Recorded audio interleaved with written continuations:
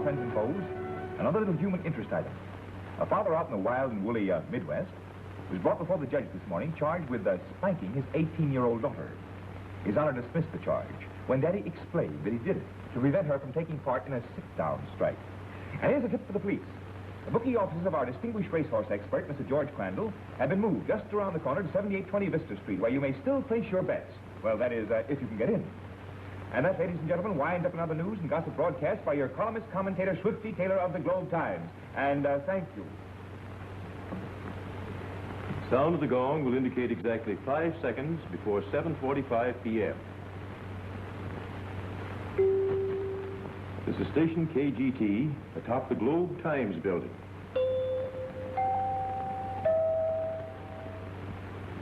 And now, through the courtesy of Branson Bakeries Incorporated, we bring you the golden voice of that great lover of the airly, Signor Romeo Casanova, with some new love ballads written especially for him and dedicated to his millions of radio sweethearts.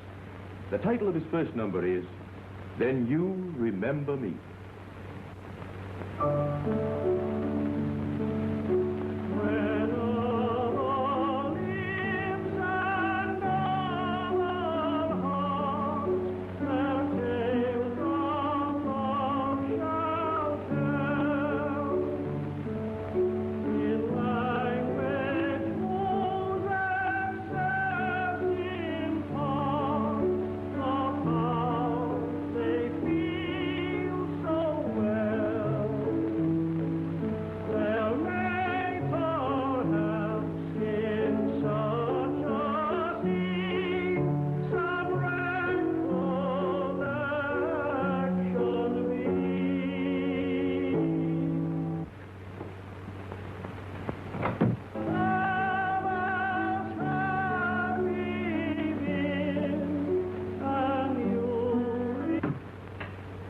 Falling for that cauliflower canary, too? Ah, Julie, are you going to make a career out of sewing on a button? After all, Mr. Taylor, I'm your secretary, not your valet. Never mind the back talk. Just step on it. Well, I may have been wrong for years, but I've always thought that this was the office of the nation's foremost radio commentator. So he thinks. Oh, I get it. Just a tailor shop. Ha! There's one for your column, Swifty. Yeah? It's cranks like that from guys like you that would ruin columns like mine. You shouldn't ignore a bit of wit. What? Wit. What wit? I'm ill from laughing. Well, after all, I'm only a reporter. You said it. Well, I gotta run along and turn in my story. See you at the fight, Swifty. Okay, Jimmy.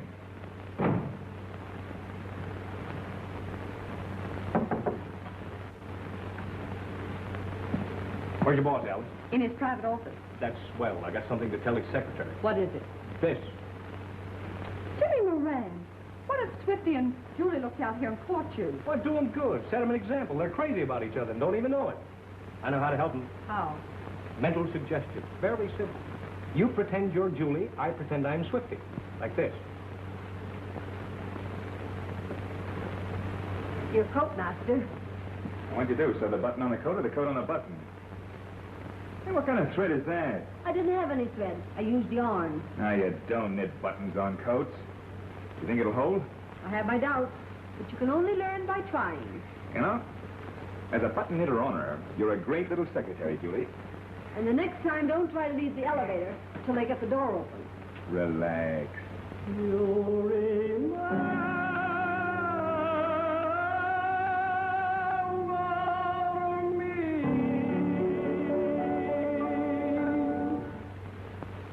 This concludes another program of love songs by Signor Romeo Casanova, the great lover of the airly, brought to you by Branson Bakeries Incorporated. And now, as usual, the Signor will personally say goodnight to his sweethearts all over the world, including you, and only you, forever. Good night, sweetheart.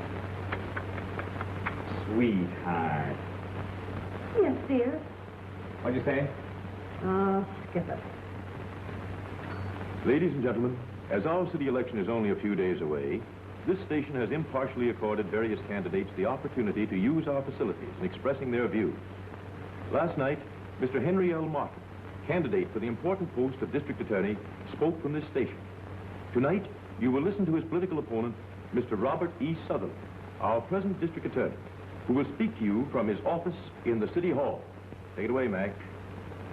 Thank you. And now, ladies and gentlemen, our district attorney, Robert E. Sutherland.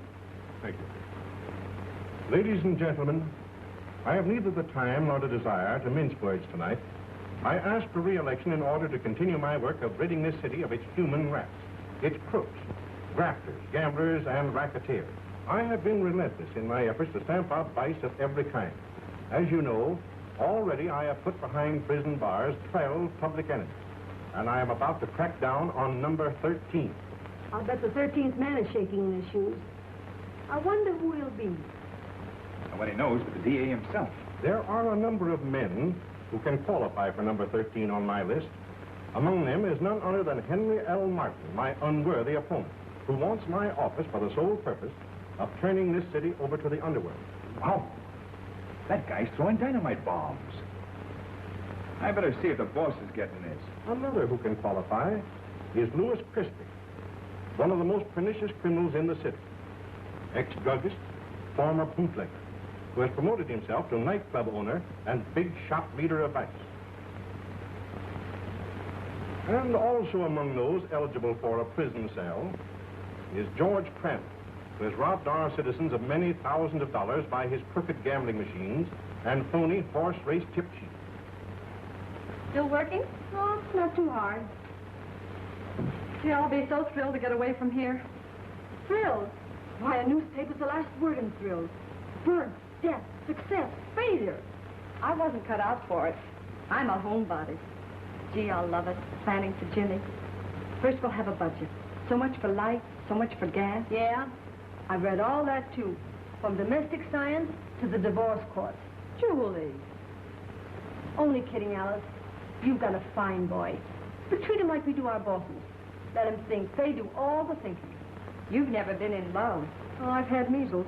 And another possibility is none other than Dr. Randolph Gorman, whom I threw out of his job as head of the county hospital. The newspapers called his crime mismanagement. I call it graft.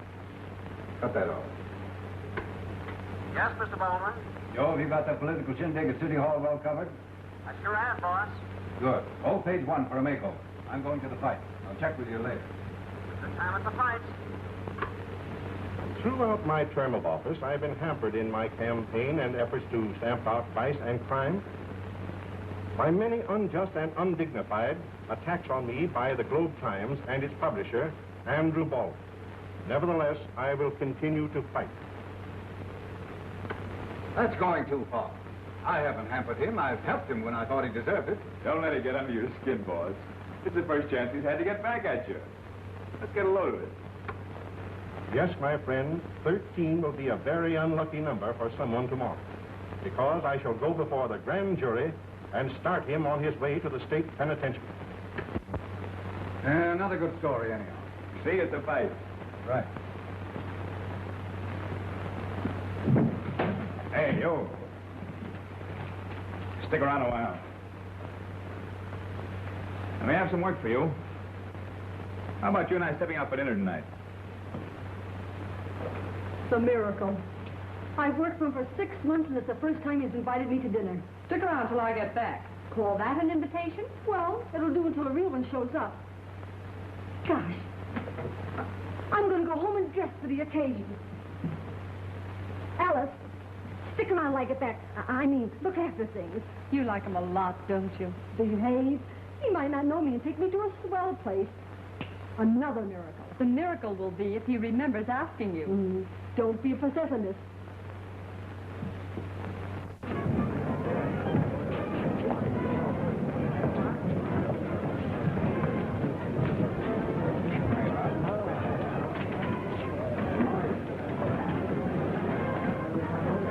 Well, Sutherland, you weren't very subtle in your speech tonight. I had no intention of being. I think you'll regret that little attack on the Globe Times. You've been attacking me for months. Don't forget, Sutherland, my paper can break you. You haven't had much luck so far. Well, maybe you'd like to bring me before your precious grand jury. If I do, I'll make it stick.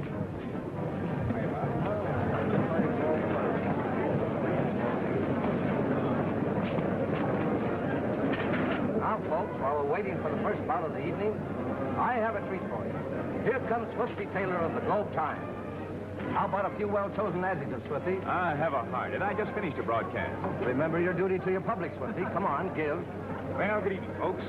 This is the great age we live in. Nowadays, you don't have to turn on the vacuum cleaner to get the dirt. You merely dial the radio to the voice of Swifty Taylor, which is coming to you now direct from the ringside, where the pugilists are climbing the ladder of success round by round. Folks, what a shame you can't see the look of reproval on the face of my sidekick, Jimmy Moran, also of the Globe Times, as he gives me the birdie by remote control. Well, folks, fighters here tonight aren't all in the ring. No, unless my eyes deceive me, there's Stella Leroy, that red-hot torch singer, with her imitation ermine cape, accompanied by Jack Winslow, that millionaire boyfriend of hers, who tosses his money around like it was confetti. And there's fighting Bob Sutherland, our daring DA, that titanic terror of the underworld, if any. Yes, indeed, folks. After that speech the DA made an hour ago, he reminds me of Daniel in the lion's den. All around him are the lions whose tails he pulled. A few seats away, there's Mr. Louis Christie. We call Mr. Christie an ex-druggist, former bootlegger, a nightclub... Well, Louis, the DA sure got a lot up his chest tonight, huh? Yeah. A nice room for a lily. What a night for big shots, folks. A few seats away from me is my boss, Mr. Andrew Baldwin, publisher of the Globe Times and owner of radio station KGT. A few seats away, there's George Crandall. The DA said that he was robbing us poor folks with his crooked slot machines and his tip sheets. Remember? And there's Dr. Gorman, a familiar fight physician who recently resigned from the county hospital, assisted by the DA, according to Mr. Sutherland's broadcast tonight. Well, folks, the fight's about to begin, so I'll turn the microphone over to your regular broadcaster who, incidentally, gets paid for it. This is the voice of Swifty Taylor, who gives you the high-up on lowdowns. Take it away, Ed. Thank you, Swifty Taylor. The fighters are coming into the ring, folks. I'll let you listen to the fight announcer. Change these seats. I don't want to sit behind the DA. What's the matter, honey? Has he got something on you? Nobody thinks he has something on everybody.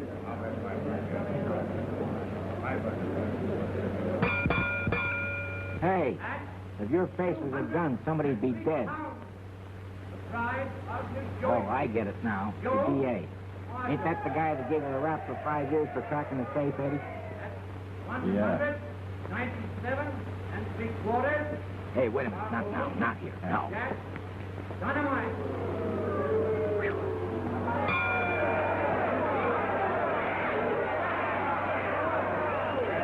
Matter, Bob?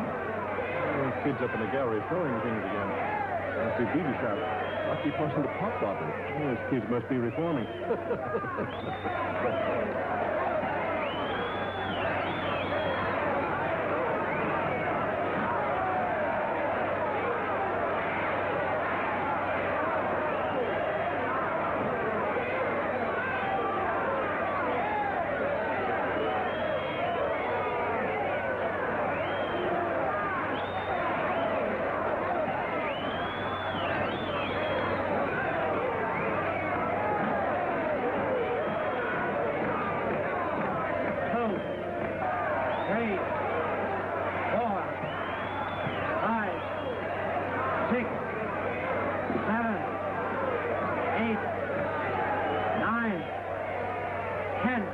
You're out.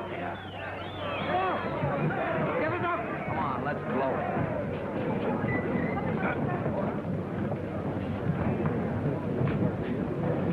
Dead. Stick on this story, Moran. Okay. Better play up Sutherland pretty strong in your column tomorrow morning. Right. What was the cause, Doc? Looks like the heart. Come on, Jimmy. Julie! You look so pretty, I didn't know you. Is that a compliment or a slam? Now, don't tell me you doll up like that for a man you don't care about. I refuse to answer. Oh, Julie, I hope he... Hey, what's the matter? Oh, Julie, isn't love wonderful? It must be. Careful. Don't splash the new furniture. Isn't Jimmy grand? He's elegant.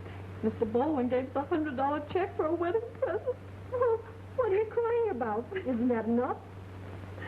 I'm silly. You're sweet. Don't be late tomorrow night. You know, you're my only bridesmaid. You bet. I'll be there on time if I have to crawl, dragging Swifty by the hair.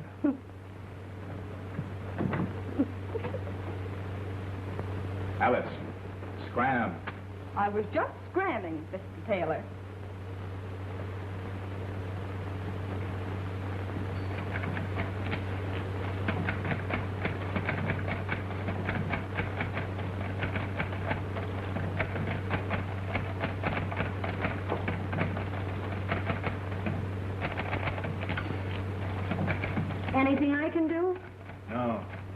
Bob Sutherland just kicked off. Swifty. Heart attack. Where did he die? At fights. The old heart just stopped, that's all. Well, no wonder. After the way you and Baldwin and the paper have been writing him lately. All in the game. The bitter with the sweet. Remember our profession. That's all, Ryan. Good night. Well, I guess I may as well go too, Tom. I phoned in everything on the story I can get. Well, it's just a case of heart failure. That's all you can say. Yeah, I guess so. Well, see you in a couple of weeks. So long, Tom. So long, Jimmy, and congratulations and good luck. She's a fine girl. Thanks, Tom. Good night. Good night.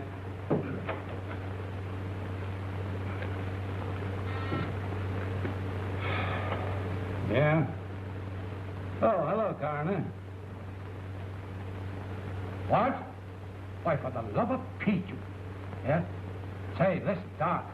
Doc, don't breathe a word of this to anybody, especially the papers. No. Yeah, I know. But listen, hold everything back and let my boys get a break on it. Yeah, all right, I'll be right over.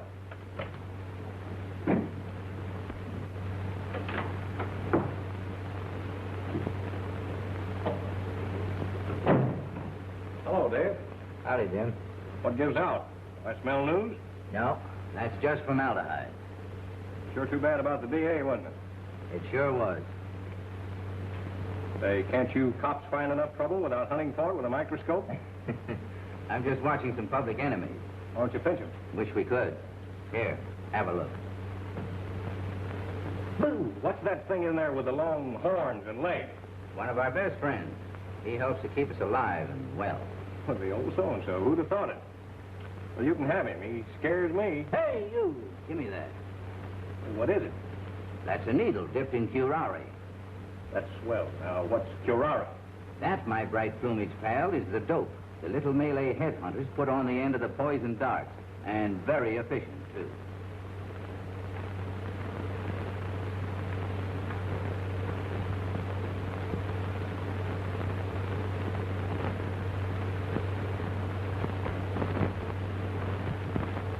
So long, Dave. Don't go mad, Jimmy. What's the hurry? I gotta see a flea about a dog.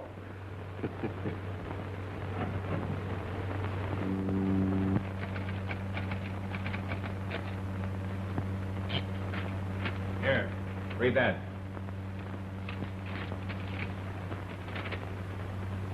Oh, so now he's a splendid man, a courageous fighter, a champion of law and order, a paragon of civic virtue. Of course he was. Then it's a wonder you in the paper didn't hand him a few bouquets while he could still smell them. Politics, my beauteous one. You wouldn't understand. Do you? Don't pin me down. I'm going to bust in on the air with a flash announcement.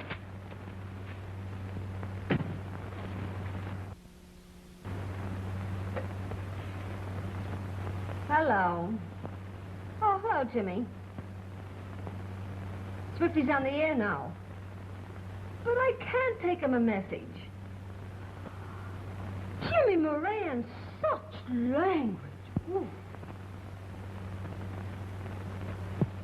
What? All right. Yes. Yes. All right, Jimmy. I'll take it right in. Dr. Randolph Gorman, the medical examiner for the State Boxing Board, who was on duty at the fights, pronounced death due to heart failure. Just a moment, folks. Exclusive. A bombshell.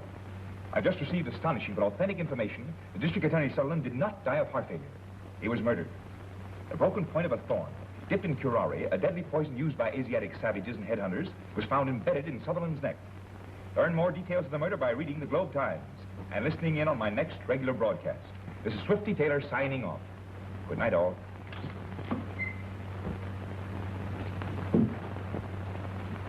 You got that, boss? Get what? The DA didn't die of heart failure. He was murdered by a poisoned dart. I just put a flash on the air. How did you find that out? Well, Jimmy Moran phoned in. He knows it out at headquarters. Nosed it out. Yeah. O'Hara was trying to soft pedal it. Well, We'll throw plenty of harpoons into the department about that. Yes, boss. Joe, hold everything. There'll be an extra coming up. Sutherland was murdered. Check with the city room. Right. Well, I think this calls for a little salary sweetener for Jimmy Moran. Swell, boss. He can sure use it.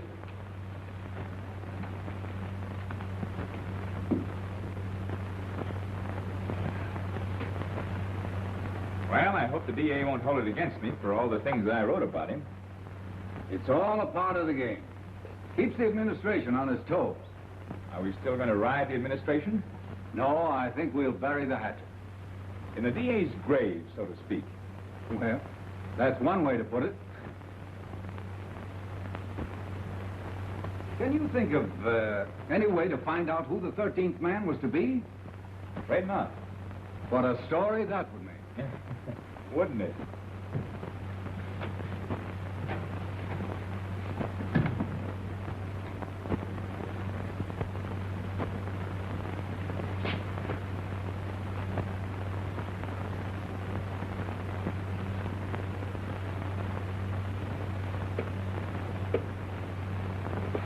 Look at my hat.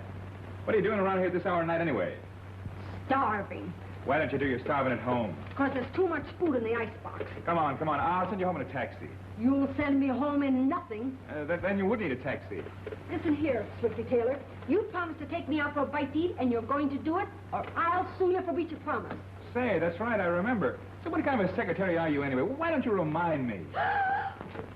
Let me take a 5 spot, will you? It's true, even when I'm talking to the moon above, my topic of conversation is you and love. I'm shouting it everywhere that I go. Oh, it's so, even when I'm talking to How's the family, Tony? Ah, she's in fine. Last week, you have an order. What do you call it? Your collar? Bungalow from Abbott. How many bambinos have you got now, Tony? 13. 13. Well, that's an unlucky number this week. Oh, not for me, Mr. Taylor. I like it, a bambino. What do you want? I'll order later. me again. It's when I keep talking of a honeymoon to be. My topic of conversation is you and me. Sorry, I didn't bring my typewriter. What coffee king is going to be crowned? Give me a word. Slade. Crowned when his wife finds him holding hands with a manicurist, Louis Crispy's, instead of at the Palace Barber Shop. My topic of conversation is you and me.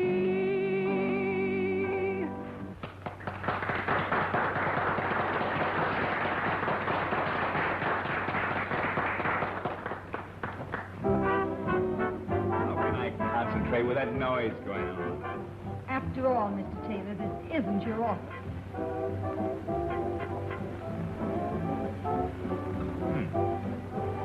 I see Mrs. William Stanton Bridges III is on a diet again. Champagne and caviar. Poor thing. Hello, Swifty. Well, Romeo Casanova. As big as life, and that's plenty big. Sit down, Romeo. Thanks, Swifty. You entertain Miss Walters. I'll see you all later. Oh, sure, anything for a friend. Do you put the feedback on here off, Miss Walters? Not yet. Do you?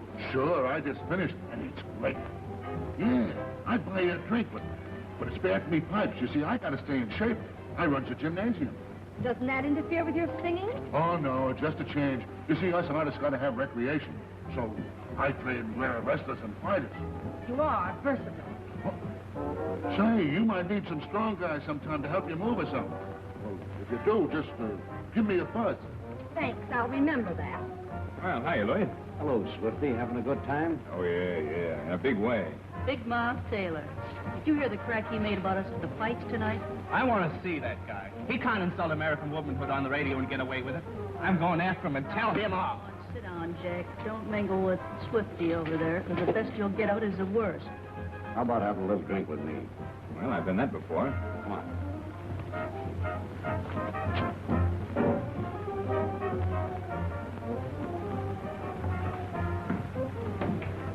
Hello, Al.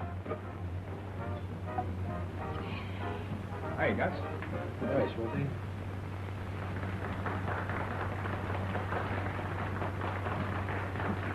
What'll it be? Plain water. Don't laugh. It's an idea. I think I'll surprise the old stomach with one myself.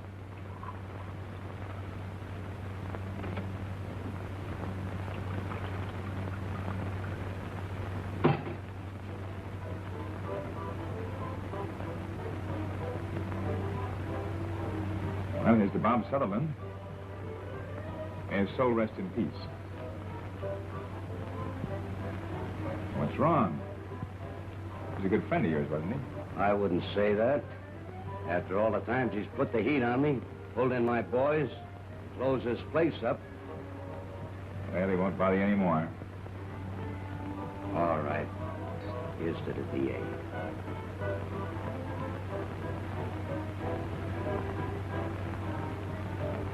Tough to kick off in the prime of life, though. The way you say that, it don't sound so nice. What's wrong with it? I don't know. I just don't like it. It's too bad. And another thing. That leg man of yours, Moran, he was in here tonight and talking kind of screwy. Like I had something to do with the DA dying of heart failure. He didn't die of heart failure. He was murdered. Murdered? And you think that I had something to do with it? He burned you in his speech tonight. You didn't waste any time getting out of the fight stadium. I'm in business, and I can't afford to get mixed up in anything like that. Forget it, Louis. Thanks for the drink. See you later. Do you want to hear how I became a great singing voice? Well, I'll tell you. Up to about 5 years ago, I had a voice like a crow. But I'm out in L.A. when I got matched with a big farmer from Iowa. Sioux City, Iowa, too. Well, I'm out of condition, see? And he gave me this. And I did something to my vocal cords, and that's how I became a great singer. You think it'll help me any? Oh, I'm sorry, Swifty, but I was just telling the kid here how I got a great singing voice. That's okay, Cassie. You didn't hurt her any. Good night. Good night. Now, do we eat? Eat. Oh, eat, sure, yeah. Where's Tony? Pardon me a minute, honey, will you? I'll be back later. All right.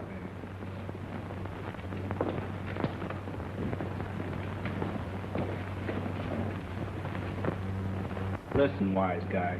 If you know what's good for you, you lay off those cracks about me and Miss Leroy. Say, now, wait a minute, Winslow. A little publicity might build Miss Leroy up to a real attraction. Why, you... Oh! Come on, let's get out of here, come on.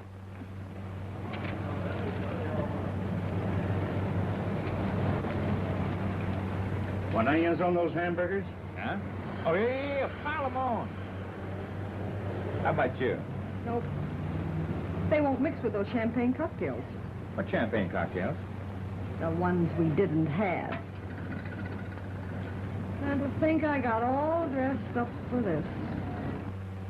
Joe, give me a rewrite on the election story. Jimmy, you usually have an angle on every killing. Have you got one on this?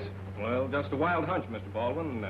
I'm on the way to run it down now. I may even have something for the Bulldog of the night edition. And then, the big honeymoon. Good luck, and congratulations. Thanks, Mr. Baldwin. Coming to the wedding? Can't make it, Jimmy. Sorry. So am I. Oh, stop in at the cashier's office on your way out and pick up your vacation check. And from now on, your salary will be $10 a week more. Thanks again. That's swell. Here, use that.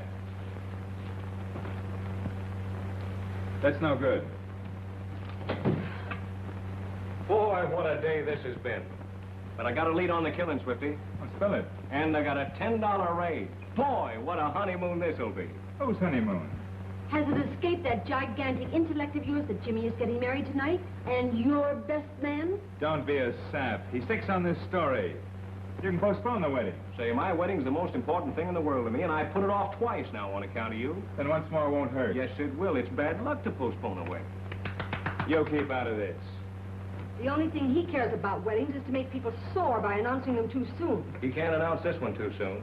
Well, so long. I got a lot of stuff to look up. You stay on this story. Romantic as a turnip. I got a check for Jimmy for a couple of $100. Another one? What do you mean, another one? You touched your bank account for $200 the day you found out he was going to be married. Oh, well, make it 50.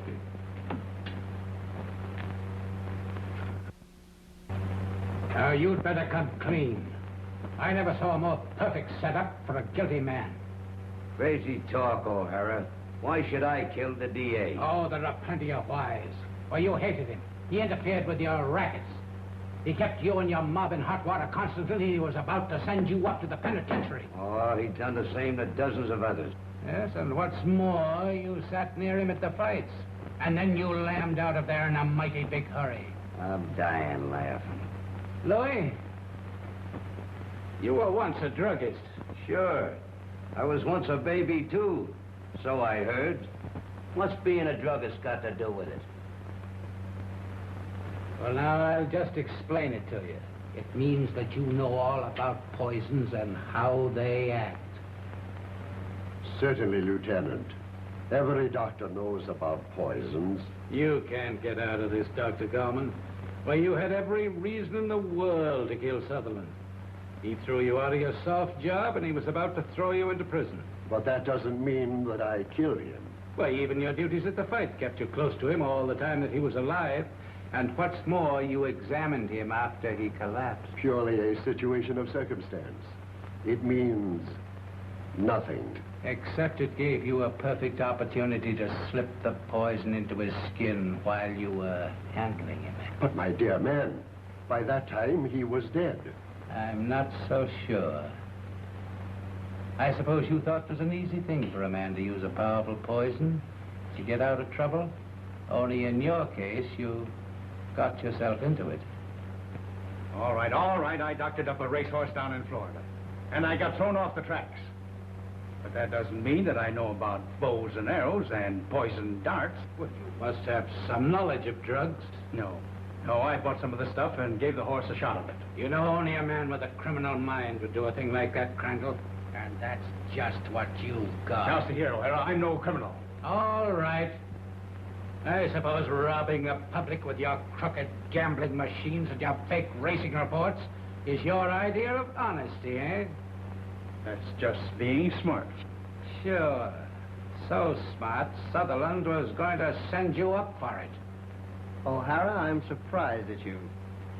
I suppose you think I killed the DA to get his job. Well, his death would benefit the criminals of the city, and you're known to be their mouthpiece. Strong language, O'Hara. It's not half as strong as I wish I could use. Here we had the finest, the most fearless district attorney this city has ever had, and... well, you know what he got. I wish I could have just 24 hours of a free hand, and I'd give this city a house cleaning, and there wouldn't be anybody left to shoot poison darts in my back when I got through. Mother, oh, you're getting them all mixed up. I thought so. This goes with Ethel's present, and this one goes with the tray. Now, don't be so nervous. Well, for goodness, Mother, a girl's entitled to be a little nervous at a time like this. What's this? That's the bride, and that's the groom. They go on top of the cake. See? That's me, and that's Jimmy. In the flesh. Jimmy! Hiya, Mom. Oh, look at all this stuff. A cocktail shaker. Leave things alone. You got away early. Yeah, I just dropped in to use the telephone. I want a story, but it won't take long. But this is our wedding night. Yeah, you think I'd forget that? Say, now, ain't that something? You like it? Oh, that's swell. Did you bake it yourself? Brides don't bake cakes. Well, I don't know. I've never been a bride. You and me, all ready for the minister. Well, I'm hungry. Didn't you have any lunch? Well, a cup of coffee and a couple of pieces of brake lining with apples. Pie, I think they call it. You just wait a minute and I'll fix that. No, thanks, Mom. I haven't got time. Jimmy, you should be home getting dressed for tonight. I got a hot lead on the Sutherland case, but don't worry about me. I'll be here early. Hello, Julie? Swifty there? Oh. Well, I'll call him later. Me? I'm with Alice. Hey, Julie, don't forget, it's up to you to get Swifty here on time and with his shoes shined. Oh, you won't know me. I got a new suit. Bye.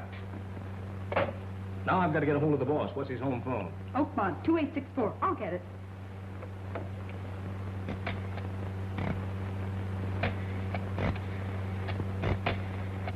You know, you're the sweetest thing in the world.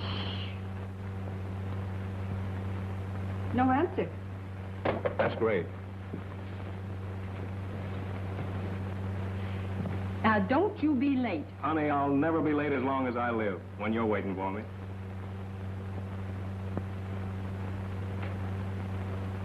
Goodbye, sweet. Goodbye, Jimmy.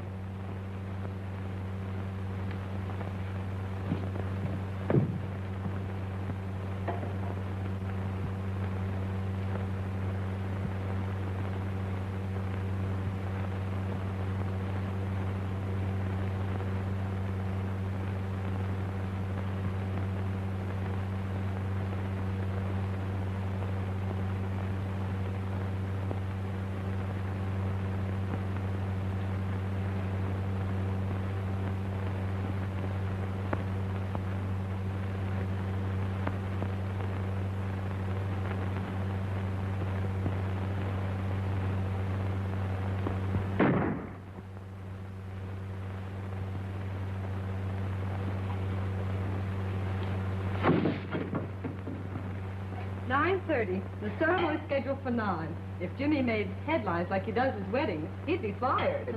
Don't let that worry you, honey. Newspaper men lose their supposed minds when they're hot on a story. Alice, of course, you don't have to be crazy to be a newspaper man, but it does help. Do I get your thought? Uh-huh. He's probably forgotten the minister and the license and gone back to bring them both. Aren't the presents lovely, Julie? Grand. And I'm crazy about this toaster. And from the office boy, too. Imagine. He thinks next to Swifty that Jimmy's the grandest fellow alive. He is. Next to Swifty. And the little bride and groom. Aren't they cute? Jimmy, what's the matter? Come on, Jimmy, pull yourself together. It's your wedding day. There. Now he's all right. That must be Jimmy and the minister now. I must go powder my face. Me too. Matter? It's going to be tough to tell you this, Swifty. Jimmy? Yeah. A couple of the boys in a radio car found his body on Madison Drive. What happened? Well, it looks like they took him for a ride. I didn't want to phone, so I came myself. Thanks, Tom. You want me to tell the little girl? Tom, this is the first time in my life that I haven't wanted to be the first with news, good or bad. I'll tell her. I've got to get back to headquarters. Wait for me. I want to go with you.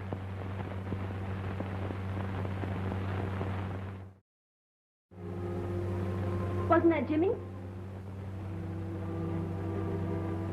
Swifty. What's the matter? That was O'Hara. Jimmy won't be here. Swifty, what's happened? Where is he? He's dead. The police just found him. I'll be ready in a minute, Julie. I'll have to tell her. I'll tell her. Thanks, Julie. Better go with O'Hara now. I hate to leave you like this. I'll pick you up later.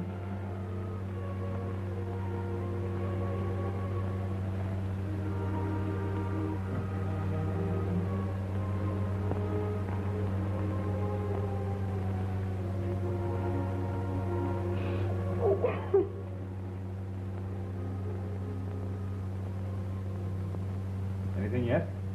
Nothing. Tom, there ought to be a lead somewhere. Well, we've checked everything. Now, here's what we found in Jimmy's pocket. See if you can make anything out of it. There you are. There's a watch, a wallet, Tobacco pouch? Pipe? Cigarette holder? Tom. Married?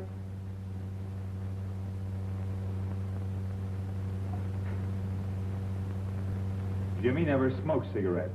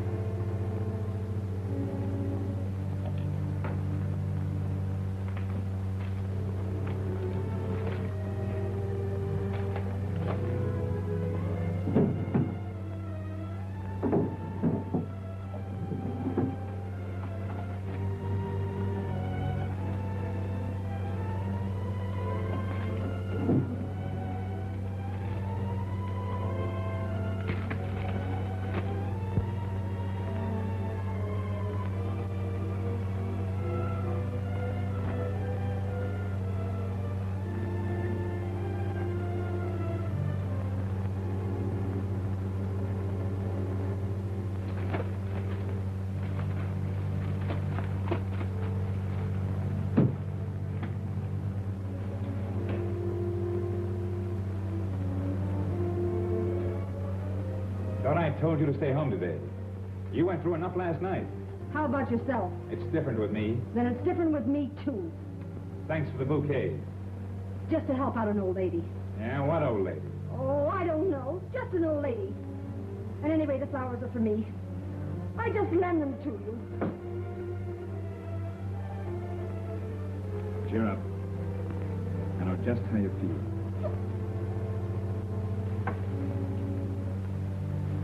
Found something in there that may give us a line on who killed him and the DA. Yes? What is it? An article written by Jimmy a couple of years ago for our Sunday magazine section about poison darts. I'm going to follow it up. But how is this going to lead you to the murderer? I don't know yet. It must have been what set Jimmy on the trail. Oh, Swifty, please leave this to the police. It's the last thing I can do for him. Yes, it might be the last thing for you. Oh, Swifty. If anything should happen to you, I... I did what? I'd lose my job. But so would I. See you later. Where are you going? To have a talk with Alice. And then what? I don't know. I'll keep in touch with you. Hello, Swifty. Well, how are you, Legs? What are you doing here? Oh, I'm managing Bugs Belletti. Just brought up a publicity blurb for the sports editor.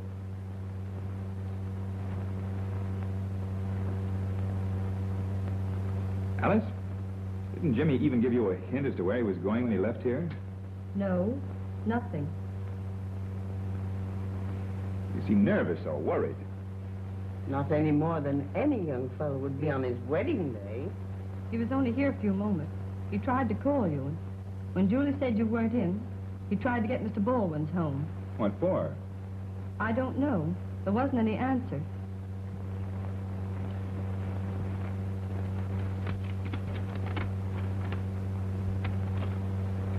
Boss told me to give you this, Alice. You're to take it easy for a while. Your job will still be waiting for you when you come back. Well, that is, if you want it. Of course I'll come back. Keep your chin up, Alice. All expenses are taken care of. Thank you, Swifty.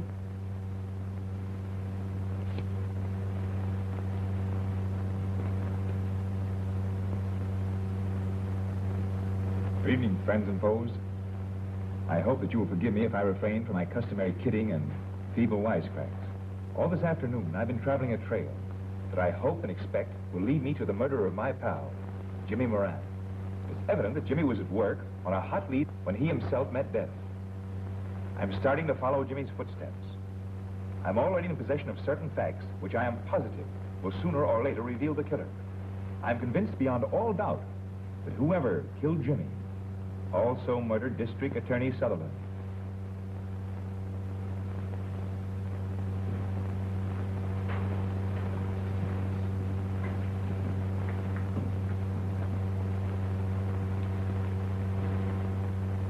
Okay.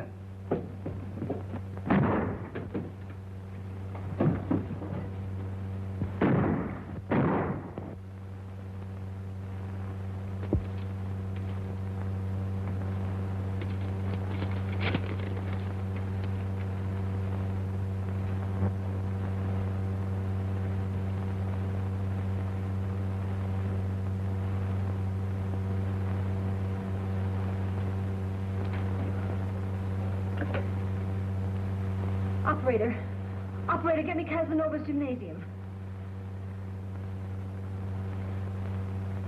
Mr. Casanova, this is Julie Walters speaking. This is an unexpected pleasure. No fooling. What can I do for you, Miss Walters? Mr. Casanova, I want to hire 2 big husky men to act as bodyguards for Mr. Taylor.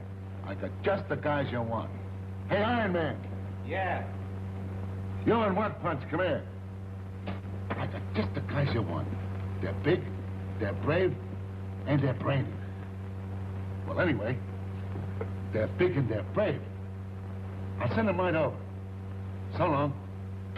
Say, can you 2 masterminds get over to the Globe Times building without falling through a manhole? Hey, are you incinerating that me and One Punch as dumb or something? Well, nothing like that, but say, how'd you like to earn $10 apiece? Doing what? Bodyguard. Bodyguard? Who's dead? They're both of you. Now get right over to Swifty Taylor's office. Swifty Taylor, the poker I went 3 rounds with in New Orleans once? Nah, he's the guy on the radio. He's a crooner like Cassie. A crooner like Cassie? Get out of here. Get out of here. Why, you look as if you'd seen a ghost. Laugh that off. There's my laugh. Aren't you going to do anything about it? Yeah, forget it. I've had those things before. Yes, but you've never been in a spot like this before. A guy doing the job I'm doing is always in a spot. But after those threats you made on the radio... Oh, worrying about me? No. I'm worried about the $5 you owe me. Remind me to pay you.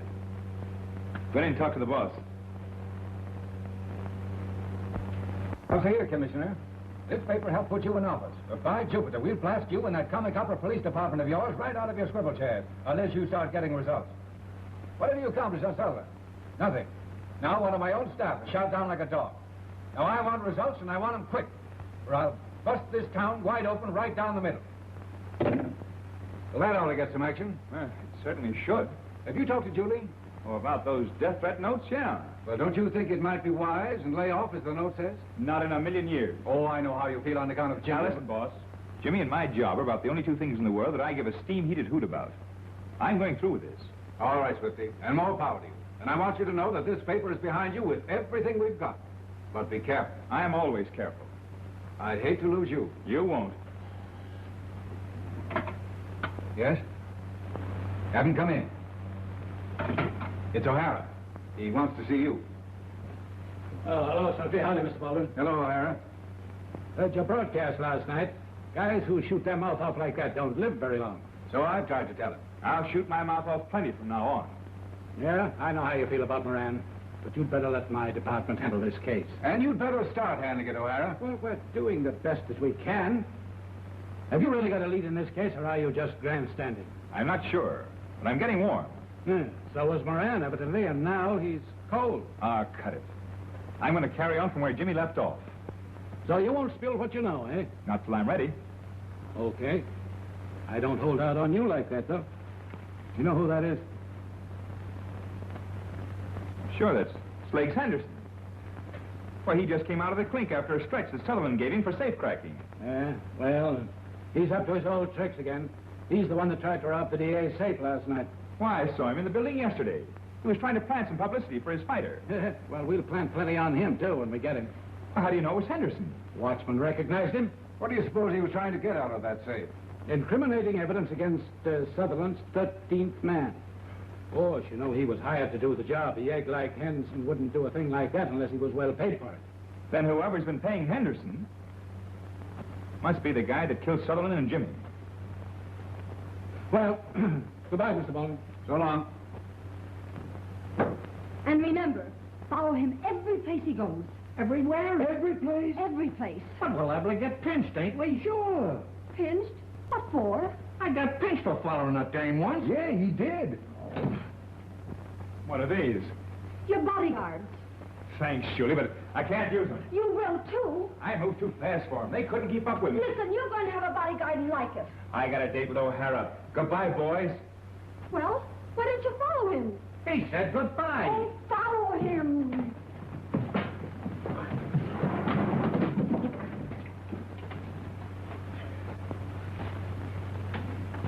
Well?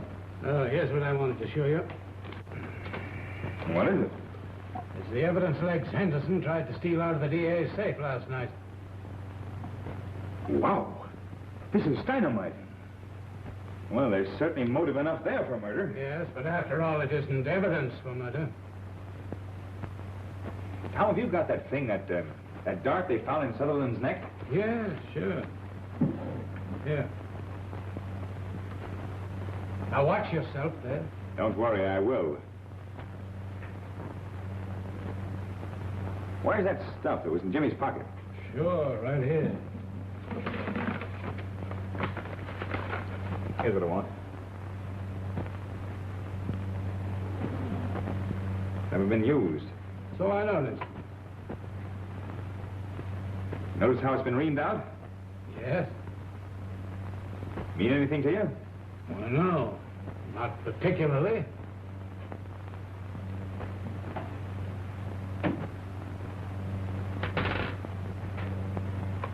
Watch this.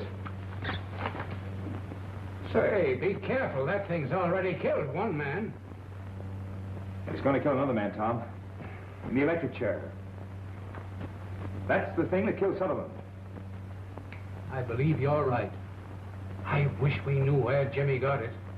If we did, we'd have our hands on the murderer. Let me take the telephone, will you? Sure. I think I've got some.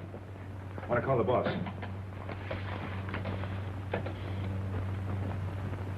Hello. Hello, let me talk to Mr. Baldwin. Swifty Taylor talking. Oh, hello, A.B.? This is Swifty. I've got a hot lead on that Sutherland killing. That's great. Go to it. How about having lunch with me at the usual place? Oh, and by the way, A.B., in case I'm late, will you wait for me? Yes, it's very important. Thanks, B.A.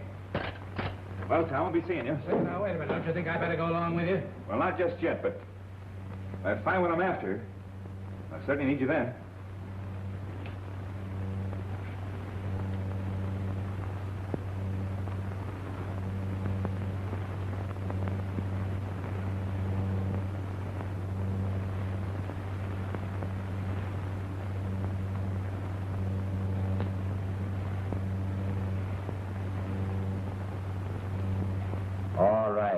All right, Al. I ain't interested now. You want to do it. Hold on a minute. Why are you down here rehearsing? You need it. Well, I guess you wouldn't be rehearsing either if you just lost $2 million. What do you mean, $2 million? Didn't you see what that rat Taylor put in his column about me this morning? I'm not interested in Taylor's column. Well, what did he say? Listen to this. What millionaire playboy with wedding bells in his beret would tune him out pronto if he found out his nightclub canary still has a legal mate? So what? Well, so Winslow, the minute he reads it, calls me up and gives me the air. Well, how did Taylor know your divorce from Crandall ain't legal? How am I to know? The guy picks up everything. It's about time somebody put a stop to his mouth. Maybe somebody will. Who knows? Come on, Peter, will you, Stella? I'm busy. Hello. Hello, Al. Get this. You do it my way. And if you and Gus fumble on this, it'll be tough for both of you. You understand?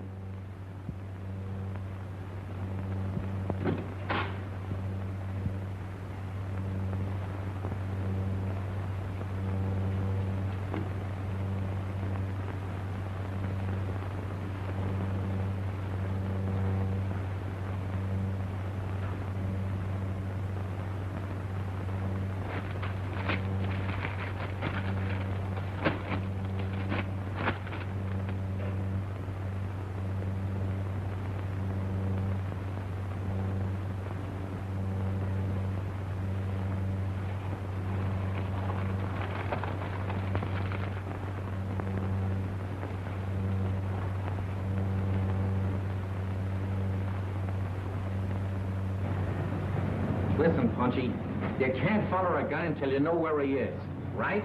Yeah, but we've been standing here for 5 hours, and my puppy's beginning to whine. So what?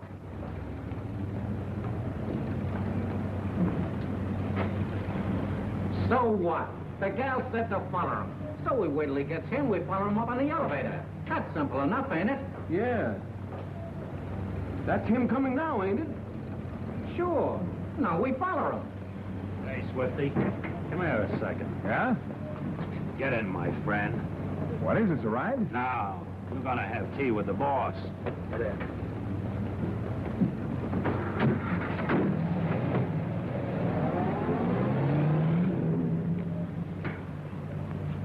What do we do now? Well, in movie pictures and books, they always jump in a taxi and say, follow that car. That's a swell idea. I'm dying to sit down. Hey! Follow that car!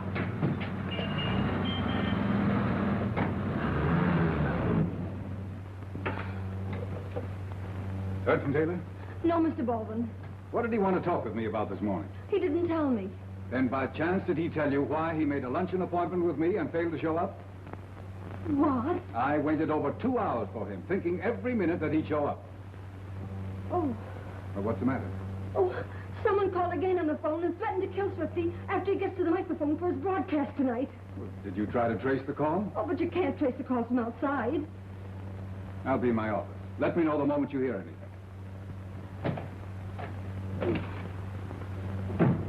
Get me Lieutenant O'Hara, police headquarters. And hurry, please. Yeah? Oh, hello, Miss Walters. Why, no, he was here this morning. I don't know. Oh, yes, he was to have lunch with Mr. Baldwin. That's just it. He didn't show up. And another death threat came in on the phone. Oh, Lieutenant, you've got to do something. Don't let anything happen to him. You've got to find him, I tell you. Oh. Oh.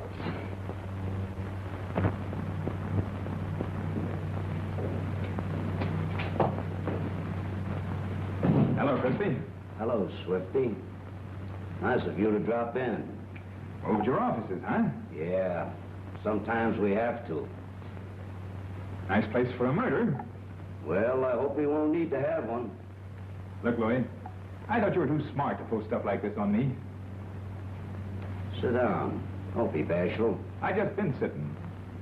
You want a little drink? You might need one. No, thanks. What's this all about?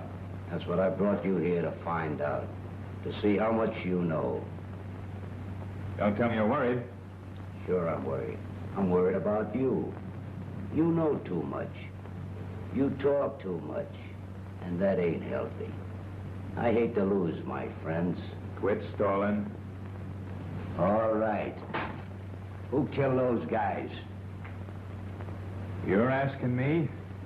Listen, I've got no time to fool around. They've got the heat on me plenty. Now I'm gonna find out from you who smeared those guys. Sure you are. On my broadcast tonight. Sonny boy, you ain't gonna broadcast tonight. Listen, pal, I like you. But Al and Gus here, they don't like you. And if this will take you in there and rough you up a little bit, I may not hear it. I may be a little deaf. As well as dumb.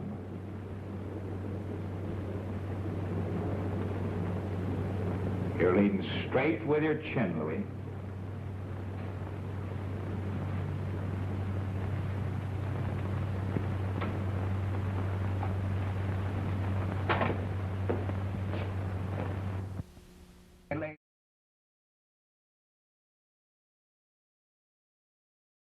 Yeah. But wait a minute. No. Yeah. Get rid of her. Tell her he's cock out of something. Here, let me talk to her. But look, lady, your boyfriend is stiff, plastered. We just saw him go into the Acme Distillery warehouse with a couple of friends and he ain't come out. You mean he's still there?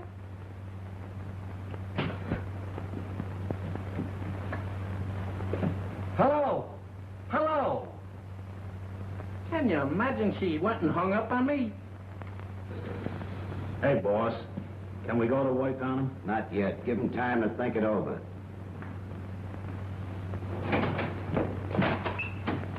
Well, the girlfriend. Is Swifty Taylor here? Yes, sweetheart, he's right in there. Come on, I'll show you.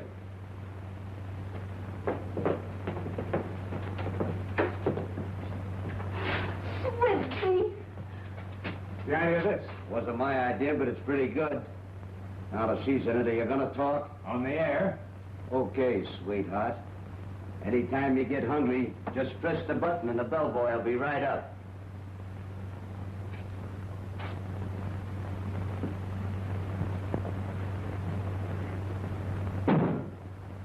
How'd you know I was here? Your bodyguards told me. They would. Now, there's two of us to get out of here.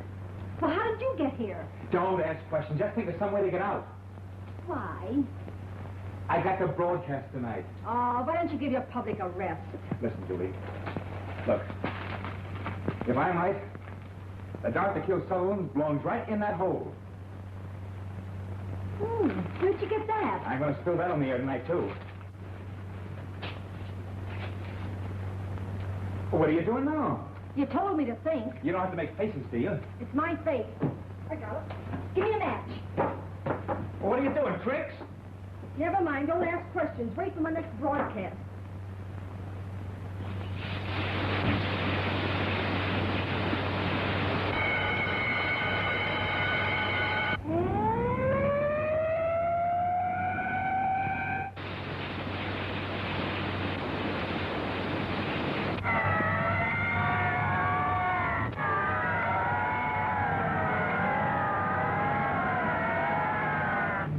What do we do now? Sit and wait for the fire department? Bright girl. Well, it looked like a good idea at the time. Hey, look! It stopped raining. Let's go home. Oh, fine. Yeah. Where's the fire? You're a fireman. Tell me. Here, Julie. Take these poison darts to Dave Elliott, the police chemist. Have him check them to see if it's the same poison that killed Sullivan. Now, you wait at the office for his phone call. No matter where I am, you get hold of me and give me the answer. Now, step on it. Hurry. Okay. Say. Oh, wait a minute, will you? Wait a minute. Hello, boss. Swifty, where have you been hiding out? I've got all the police in town hunting for you. Tell the boys that I'll be on time for my broadcast tonight. That's great. But what happened to you? I was kidnapped by Crispy. I just got away. Crispy? So he's the one. Well, it certainly looks that way. And listen, boss. Phone O'Hara. Have him round up Crispy and all his boys. Get hold of every suspect that he's got. Have them all at the broadcast room. You hold them there for me. That's right. Okay, boss. Thanks.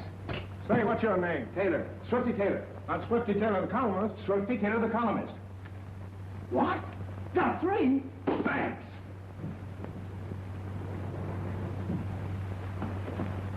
O'Hara.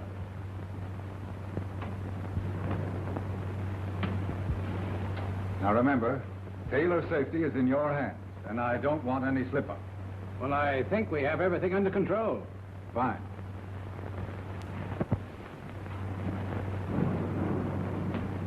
Everybody here? Yes. Everything set? I hope so.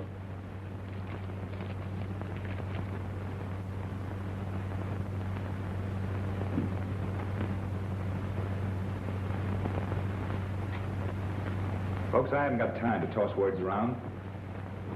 I'll tell you why you're all here, in case you're interested. At 10 o'clock, my broadcast starts. Before it's ended, I expect to fulfill my promises made to my listeners and disclose the killer of District Attorney Sutherland and my friend and associate, Jimmy Moran. I'm not a detective. I'm a newspaper man. But of this I'm certain. Every one of you had more or less a motive to kill these men. Frankly, I'm not positive yet who did it. But I have a chain of evidence so strong that I think I can disclose the killer. I'm waiting now for final and definite proof. Quiet, please. Round the air in 10 seconds.